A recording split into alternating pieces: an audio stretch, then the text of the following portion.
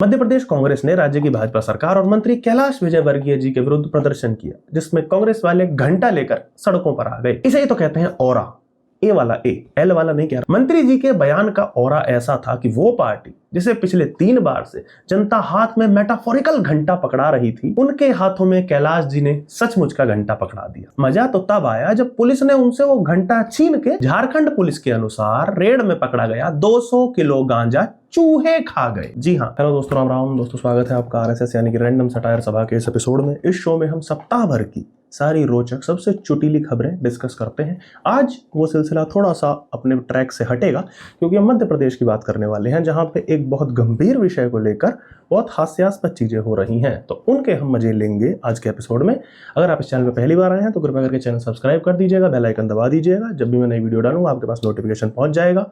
इसके साथ ही अगर वीडियो पसंद आए तो अकेले अकेले ना देखें, शेयर जरूर करें, और ये रहे मेरे सोशल मीडिया लिंक डिस्क्रिप्शन में भी है, आप वहां पे जाके मुझे फॉलो कर सकते हैं। आइए छिलाई आरंभ करें। तो इस सप्ताह की शुरुआत मित्रों भारत के दिल से। खबर तो विचलित करने वाली है, लेकिन हमारे नेता लोग कहां मानते हैं।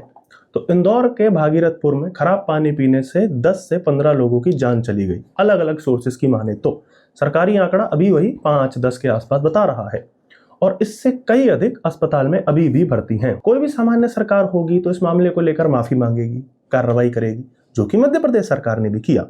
लेकिन जब वो कहते हैं ना कि धोती खुली हो तो नीचे बैठ जाना चाहिए चुपचाप, ऊंट के ऊपर चढ़ के नाचना नहीं होता। और ये बात भूल गए मध्य प्रदेश के बेहद सीनियर मंत्री कैलाश विजयवर्गीय जी, जब एक रिपोर्टर ने उनसे कुछ प्रश्न किए। बहुत सारे लोगों को अभी तक जो रिफंड की बात कही गई थी वो भी नहीं मिला कैलाश जी, और पीने के पानी की ठीक से व्यवस्था। छोड़ो यार, तुम फोकट प्रश्न मत पूछो। नहीं फोकट नहीं, ये तो मैं तो वहाँ होकर आया हूँ। क्या घंटा हो गया है तुम बात। कैलाश जी बात ठीक से कीजिए, नहीं शब्दों का चयन ठीक करिए। कैलाश जी आप ढंग से बात नहीं कर रहे हैं। नहीं, आप ये क्या शब्द होता है कि घंटा घंटा क्या शब्द होता है। आप, मैं तो जाऊँगा, लहजा इनको सुधारने कहिए। इतने सीनियर मंत्री घंटा घंटा क्या बोलते रहते हैं, बात करने की तमीज नहीं है। नेताजी को लगा कि उनसे कोई पूछ रहा है कि 2001 में उनके नेतृत्व में लड़े गए बंगाल चुनाव में भाजपा को क्या मिला, इसलिए नेताजी बोल दिए कि क्या घंटा। या उन्हें शायद लगा कि उनसे पूछा गया है कि आपकी राज्य सरकार की यदि ऐसी ही हरकतें रहीं तो आप लोगों को अगले विधानसभा चुनावों में क्या मिलेगा। क्या घंटा। या शायद उन्हें लगा कि उनसे पूछा जा रहा है कि जिन मोदी जी के नाम पर लोकसभा से लेकर विधानसभा से म्युनिसिपैलिटी, वार्ड, पंचायत और मोहल्ले की आंटियों की किट्टी पार्टी तक के चुनाव जीतते हो, उन मोदी जी के बाद इस पार्टी का क्या वजूद बचेगा, कभी सोचा है। क्या घंटा। जिस सवाल के जवाब में सिंपल सा जांच चल रही है, सबको न्याय मिलेगा टाइप की बात कह के बचा जा सकता था, उसमें नेताजी ने फोकट से लेके घंटा, घंटेश्वर, ना जाने क्या क्या हक दिया। भाई वो क्या है कि जनता को बताना भी तो था कि पार्टी के जो वो टॉप वाले हैं ना, हाँ वही, उनसे खासम खास है हम एकदम। वैसे क्वेश्चन पूछने वाला रिपोर्टर भी कम नहीं था, वो भी खाटी लेफ्टिस्ट है, लेकिन नेताजी के पर्सपेक्टिव से देखें तो बेचारे बुरे फंस गए। रिपोर्टर भले ही उनके विरोधी विचारधारा का है, पर है तो अडानी के चैनल का। क्या सोचा था, अडानी जी ने मजे लेने के लिए चैनल खरीदा है ना? ऐसे नहीं होता भाई। धंधा करने वाला व्यक्ति कभी घाटे का सौदा नहीं करता, खासकर गुजराती, और करना भी नहीं चाहिए। बहुत बढ़िया, खैच कर रखो एनडीटीवी वालों, खेलो दिमाग से। जनता इस बात को लेकर ट्रिगर हो गई कि नेताजी ने इतने महत्वपूर्ण विषय पर फोकट का कह दिया। अरे भाई समझिए, उनकी गलती नहीं है। उस शब्द के साथ या उन वर्णों के साथ उनका थोड़ा सा पारिवारिक मेल जोल है। कभी नेताजी का बेटा बल्ला चला के फटाक फटाक करता है, और आज नेताजी ने 15 लोगों के मरने के सवाल पर फोकट फोकट कर दिया। लेकिन बताइए, एक फोकट शब्द से इतना ऑफेंड हो रहे हैं जैसे कि बहुत बड़ी बात हो गई। अरे 15 लोगों की जान ही तो गई है, और 140 करोड़ की आबादी में 15 जाने फोकट का ही महत्व रखती हैं। लेकिन मुद्दा ऐसे बनाया जा रहा है कि देश की सरकारें, देश के सांसद, विधायक कुछ करते ही नहीं। अरे कितना काम करते हैं भाई, कभी जाकर खुरपैंच और ये ठीक करके दिखाओ। जैसे ट्विटर हैंडल देखिए, देश के नेताओं ने इस स्तर का विकास कर दिया है कि बताने में एमपी लैड की वेबसाइट तक हैंग हो जाती है। ये ठीक करके दिखाओ ट्विटर हैंडल, केवल खोलकर स्क्रॉल करके देख लीजिएगा, आप जानेंगे कि irrespective of party, BJP, Congress, DMK, Samajwadi, NCP, सबके महान सांसदों ने अपने अपने लोकसभा क्षेत्र में इतना काम कर दिया है भाई कि लंबे लंबे थ्रेड बनाकर भी पूरा नहीं गिनवाया जा सकता। कई 200% लिटरेसी रेट वाले सांसदों का काम तो इस तरह का हो गया है कि जब इस हैंडल ने उनके महान काम गिनवाने शुरू किए तो सांसद महोदय ने खुद ही ट्वीट कर डाला कि अरे यार अब इतनी भी तारीफ ना करो, वरना हम तुम्हें पप्पी देने अपने पास ही बुला लेंगे। पता नहीं ये 500% लिटरेट नेताओं को हम यूपी बिहार के अनपढ़ गंवार भैयों से इतना प्यार क्यों है। कभी भी बाकायदा सरकारी गाड़ियां भेजकर हम जैसे तुच्छ इलिटरेट लोगों को मिलने बुला लेते। वापस आते हैं अपने घंटे के माफ कीजिएगा, भाजपा के नेताजी की ओर। मतलब काम ऐसा करो कि नाम हो जाए, और नाम भी उस लेवल का हो कि जो देश भर से नकारे जा चुके हैं वो भी सफल तुम्हें करने में बदनाम हो जाए। हमाम के अंदर ही सब नंगे होते हैं ना, और वहीं अच्छे लगते हैं। जब आप नंगे हैं तो हमाम से बाहर मत आइए, और अगर आ गए तो दुनिया तो मजाक उड़ाएगी। वैसा ही मध्य प्रदेश कांग्रेस ने भी किया। मध्य प्रदेश कांग्रेस ने राज्य की भाजपा सरकार और मंत्री कैलाश विजयवर्गीय जी के विरुद्ध प्रदर्शन किया, जिसमें कांग्रेस वाले घंटा लेकर सड़कों पर आ गए। इसे ही तो कहते हैं औरा, ए वाला ए, एल वाला नहीं कह रहा हूं, ए वाला औरा। औरा मंत्री जी के बयान का औरा ऐसा था कि वो पार्टी जिसे पिछले 3 बार से जनता हाथ में मेटाफोरिकल घंटा पकड़ा रही थी, उनके हाथों में कैलाश जी ने सचमुच का घंटा पकड़ा दिया।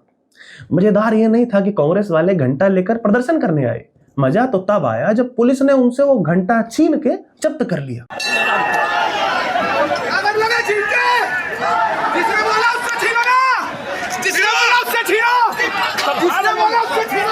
चलो इसी बहाने पुलिस के भी अच्छे दिन आए।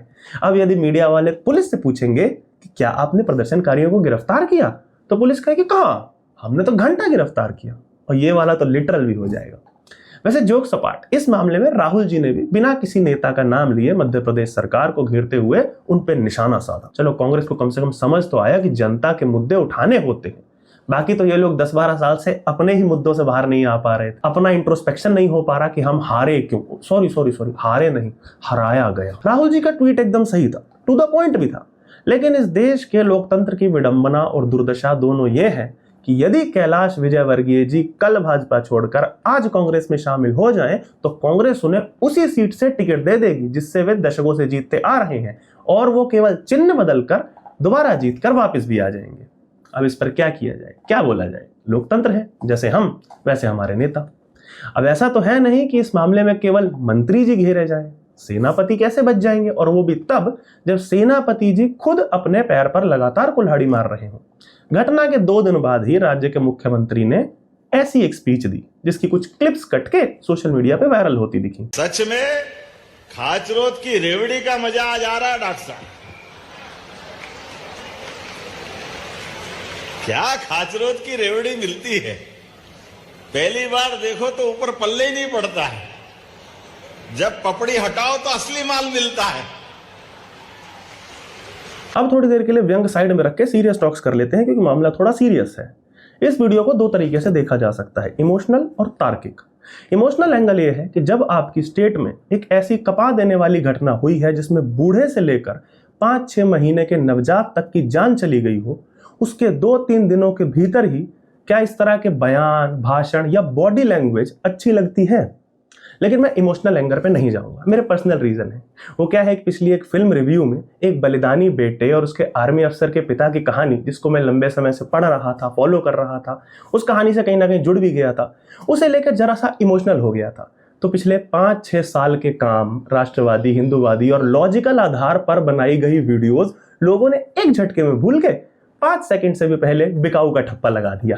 50,000 सब्सक्राइबर वालों को कोई पे नहीं करता मित्रों। पर ये बात कमेंट जीवियों को कौन समझाए। बाकी बता दूं कि भाई मैं नाम के पीछे त्यागी लिखता हूं। बिना मेहनत का तो मेरे पुरखों ने कभी नहीं खाया, तो मैं क्यों ही खाऊंगा।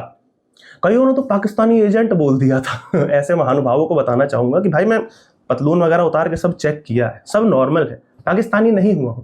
लेकिन एक बात सीख ली कि भावनाएं केवल ऑडियंस की होती हैं, क्रिएटर की कोई भावनाएं हो नहीं सकती, और यदि होती भी हैं तो उनकी कोई वैल्यू नहीं होती। इसलिए क्षमा चाहूंगा कि भारतीय सेना द्वारा समर्थित एक कहानी को अच्छा कहने का देशद्रोही कृत्य कर दिया।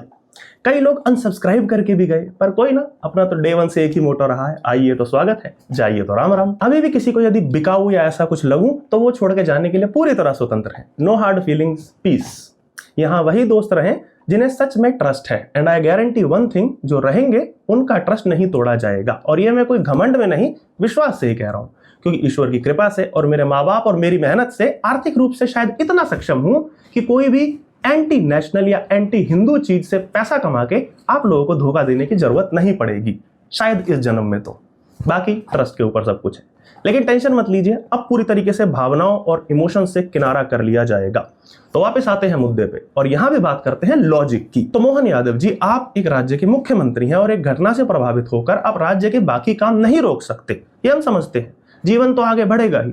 लेकिन सर लॉजिक भी ये कहता है कि ऐसे समय पर ये रेवड़ी, गजक, मूंगफली जैसी बातें क्या स्पीच में से हटवाई नहीं जा सकती थी?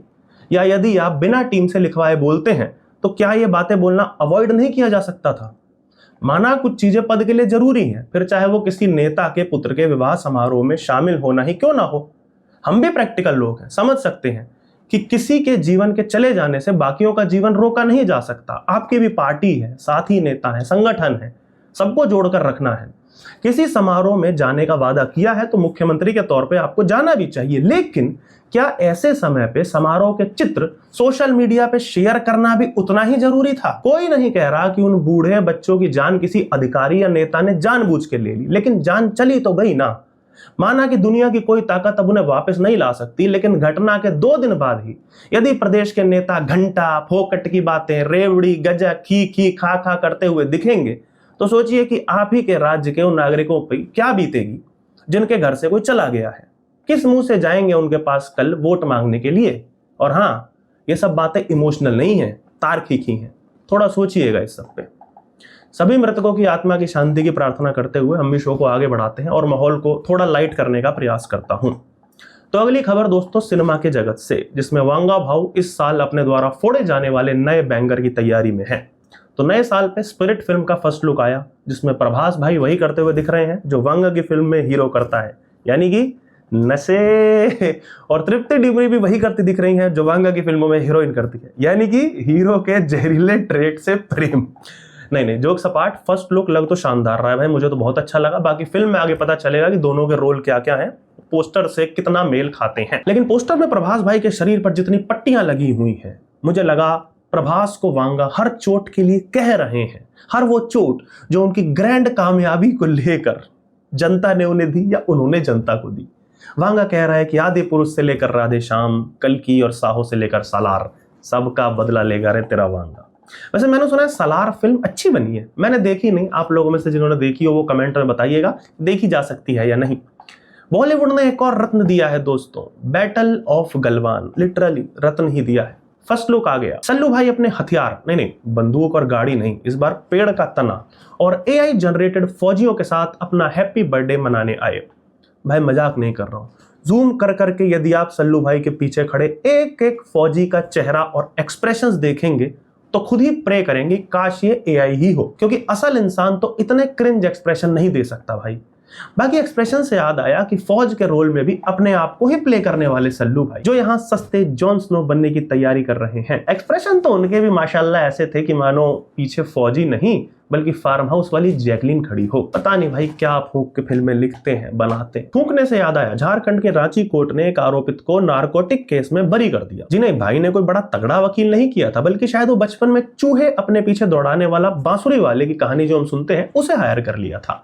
दरअसल जनवरी 2022 में ओरमांझी पुलिस ने चेकिंग के दौरान एक गाड़ी में से गांजा पकड़ा, जिसके आरोप में बिहार के एक व्यक्ति पर केस चल रहा था। लेकिन 30 दिसंबर को रांची कोर्ट को इस व्यक्ति को इसलिए बरी करना पड़ा क्योंकि गवाहों की गवाही मैच नहीं हो रही थी। और सबसे बड़ी बात, झारखंड पुलिस के अनुसार रेड में पकड़ा गया 200 किलो गांजा चूहे खा गए। जी हाँ, सही सुना आपने, ऐसा ही होता है गुरु। जब पुलिस और कानून फंसाने के लिए इंसानों को नहीं ढूंढ पाती तो बेचारे जानवरों तक को लपेट लिया जाता है। वैसे इस खबर के बाद पूरा चूहा समुदाय शौक में है और झारखंड पुलिस को कूटने के लिए अपने चूहा नेता इन वाले जेरी साहब के पास पहुंचे। गुप्त सूत्रों की माने तो जेरी भाई ने चूहों से कहा है कि भाई देखो, पुलिस को तो मैं देख लूंगा, लेकिन बरी तो कोर्ट ने किया है। जज साहब को तो भाई मैं भी कुछ नहीं बोलने वाला। वो क्या है कि कोर्ट और मिलॉर्ड की अवमानना के चक्कर में तो बेचारे इंसान चूहा बना दिए जाते हैं। मैं तो फिर भी ससुर चूहा हूं, मेरा तो पता नहीं क्या ही बना देंगे ये लोग। दोस्तों आज के एपिसोड में बस इतना ही। अगर आपको वीडियो अच्छा लगा हो तो शेयर जरूर कीजिएगा, आनंद आया हो तो आनंद अकेले ना लें, शेयरिंग इज केयरिंग। इसके साथ ही कमेंट में बताइए कौन सा भाग आपको सबसे ज्यादा पसंद आया, और अगर चैनल अभी तक सब्सक्राइब नहीं किया है तो कृपया करके सब्सक्राइब कर लें, बेल आइकन दबा दें। जब भी मैं नई वीडियो डालूंगा आपके पास नोटिफिकेशन पहुंच जाएगा। वीडियो अंत तक देखने के लिए आपका बहुत बहुत धन्यवाद।